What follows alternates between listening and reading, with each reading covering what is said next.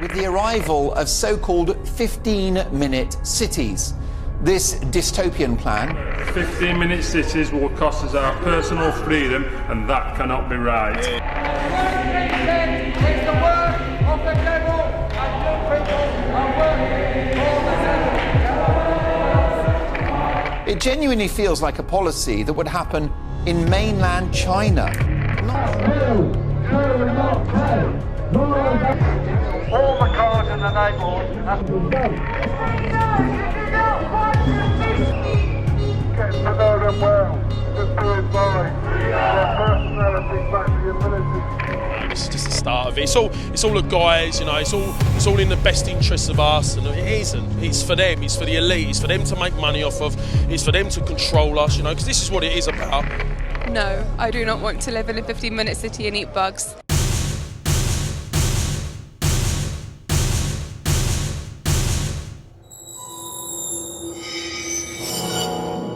Japan's answer to the economic blizzard of the Depression was war. First, an invasion of Manchuria, and then China. Do you trust your government? Should you trust your government? Should any of us trust our governments or the corporations that pay them billions of dollars a year, billions of dollars that they earn from us? Is this just the tail wagging the dog, or something far more sinister? In 1931, Japanese soldiers blew up a small portion of a Japanese railway, their own railway, then blamed it on the Chinese as a pretext to invade Manchuria. The following year, in fact, then staggeringly for another 40 years, from 1932 to 1972, the US Public Health Service conducted a study of untreated syphilis in African American men without their informed consent. In 1963, we had the JFK assassination. Need I say more about that? And in the same year, we had in the UK, the Profumo affair. And then the Iran-Contra affair in the 1980s. My fellow Americans, I've said on several occasions that I wouldn't comment about the recent congressional hearings on the Iran-Contra matter. Was a political scandal in the United States under the Reagan administration. US officials facilitated the sale of arms to Iran, which was under an arms embargo, and planned to use the proceeds to fund Contras in Nicaragua. The affair left a lasting impression of government deceit. Okay, coming more up to date, we have the really pivotal Iraq War and weapons of mass destruction, 2003. The Iraq War was launched on the premise that Iraq possessed weapons of mass destruction, a claim that was later proven to be complete and utter bullshit and false information. This has led to ongoing theories about the true reasons behind the war and has significantly impacted public trust in the government and the media. But the change that we really see between 1963 and 2003 is that politicians have stopped resigning now and just brave it out, to the point that presidents, prime ministers, leaders and politicians will stand in front of us and blatantly lie to us. It is becoming so commonplace, it has become, quite frankly, normal. Is it any wonder then that people don't trust our governments, our media, or even our scientists? If we're going to have any chance of reversing this, we are going to need to be using less of the Earth's resources. And a small part of that, or actually it's quite a big part of that, means we all need to drive less. Simply swapping out our combustion engines for electric cars will not be enough. So imagine this, if you will. Imagine a world where everything you need is just a short walk or bike ride away. A world where the constant hum of traffic has been replaced by the laughter of children playing in the park or even the street. The quiet hum of conversation at a local cafe and the tranquility of a community thriving together. This is the promise of the 15-minute city. A solution that holds potential to transform our lives and our planet. But sadly, not everyone is convinced. Fear, skepticism, misinformation and misunderstanding often cast shadows on the brightest of ideas. Today, we'll journey into the heart of the 15-minute city concept, explore its merits, and also sympathetically delve into the concerns held by those less enthused by its promise. Fear of the 15-minute city. 7 benefits of the 15-minute city. Number 1, sustainable living. The 15-minute city encourages a lifestyle that significantly reduces our carbon footprint by fostering an environment that supports walking, cycling and public transport over private vehicle usage. We're promoting a greener, more sustainable way of life. But for some, this pivot away from freedom of personal car use stokes a fear of being controlled or restricted. But there will be no personal car use on a dead planet.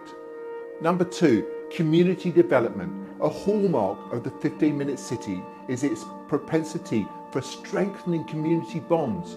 Walking becomes a shared experience, a moment to connect with your neighbours, and an opportunity for spontaneous, enriching, well, sometimes, conversations.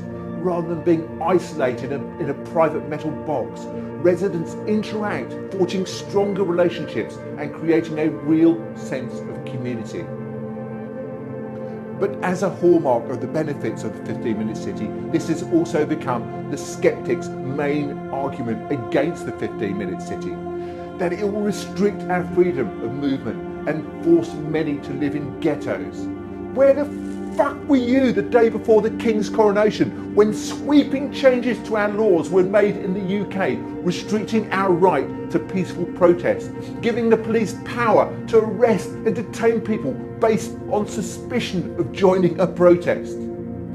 But look, the concept of the 15-minute city is primarily about urban design, not about legislating where people can go. It aims to make all necessary amenities reachable within a 15-minute walk or bike ride, thereby reducing the need for long commutes by car. However, this doesn't mean that people are confined to their local area. They are still free to travel further afield if they wish. While a city layout might encourage certain types of movement over others, the idea of using the 15-minute city concept to restrict people's movements would likely face significant legal and constitutional challenges in a democracy. Democratic systems typically uphold principles of individual freedom and liberty, including freedom of movement. Restricting people's movement by law or policy would likely violate these principles in any functioning democracy. On a lighter note, I recently stumbled upon a car advert that I'll share at the end of this video. It is clearly intended to be an honest promotion for cars, but it inadvertently illustrates the absurdity of our vehicle-centric lifestyle from both a sociability and space perspective. More on that later. It is seriously worth sticking around for, so right at the end of this video. Anyway, number 3, improved public health. Fewer vehicles mean less air pollution and better public health outcomes. Recent figures suggest that millions of people die prematurely every year from exposure to outdoor pollution. It's a staggering statistic that seems largely unnoticed, and one might even argue concealed. It raises questions and gives fodder to the conspiracy theorists among us. So if you do believe in conspiracy theories and are still watching, ask yourself, why aren't you angry about that? Anyway, number 4, economic boost. Pedestrianisation breathes new life into local economies. Actual rather than anecdotal evidence repeatedly demonstrates that transforming vehicle-centric streets into walkable spaces attracts more foot traffic, promotes longer stays, and increases customer spending at local businesses. Imagine bustling streets filled with fresh air and people rather than cancer-causing fumes and parked cars. Flourishing local shops instead of closed down storefronts. Public art installations replacing parking meters. It's urban revitalisation powered by people. Number 5, urban green spaces. The 15-minute city model usually features ample green spaces. These parks and open areas not only enhance the local environment, but also foster outdoor activities. Picture streets reclaimed from vehicles, transformed into thriving public spaces, brimming with life and leisure. Number 6, it promotes an active lifestyle. The design of a 15-minute city makes active living normal. Walking, if only just to and from the bus stop, and cycling become not only viable but also the most convenient modes of transportation. That is exercise and fresh air, not polluted by cars, by just going about your normal daily business. Of course people will complain. I complain about going to the gym, but I do it because it's good for me and will help me live a longer, fitter and happier life. Number 7, enhanced safety. Transitioning to a 15-minute city model significantly decreases car usage, subsequently reducing traffic accidents. Every year, globally, nearly 1.35 million people lose their lives in road traffic accidents. In contrast, pedestrian and cycling fatalities in areas devoid of car traffic are almost non-existent. The 15-minute city concept presents us with a chance to make our streets safer, prioritising the well-being of residents over the blind convenience of high-speed, high-risk travel.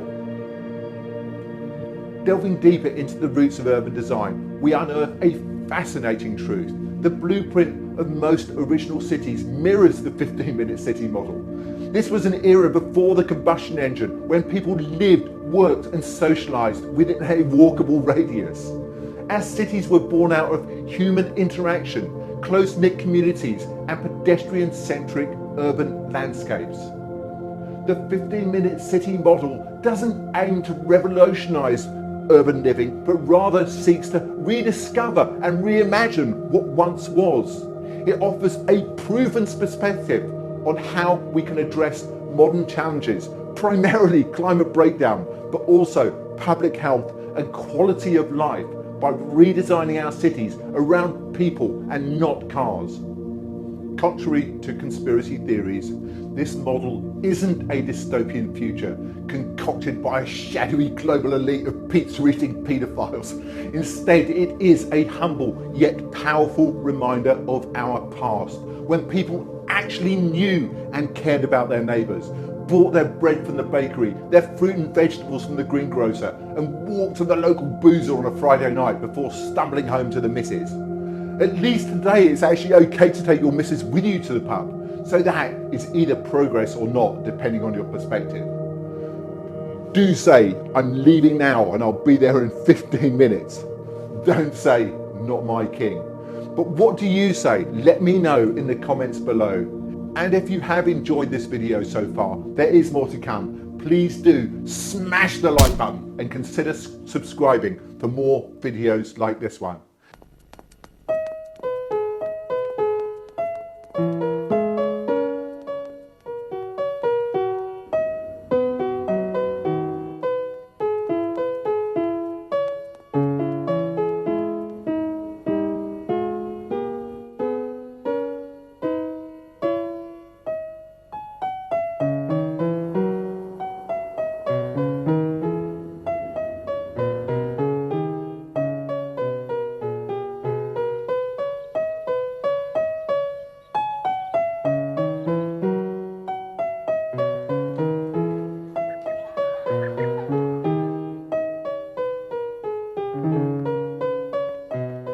When we design our cars, we don't see sheet metal.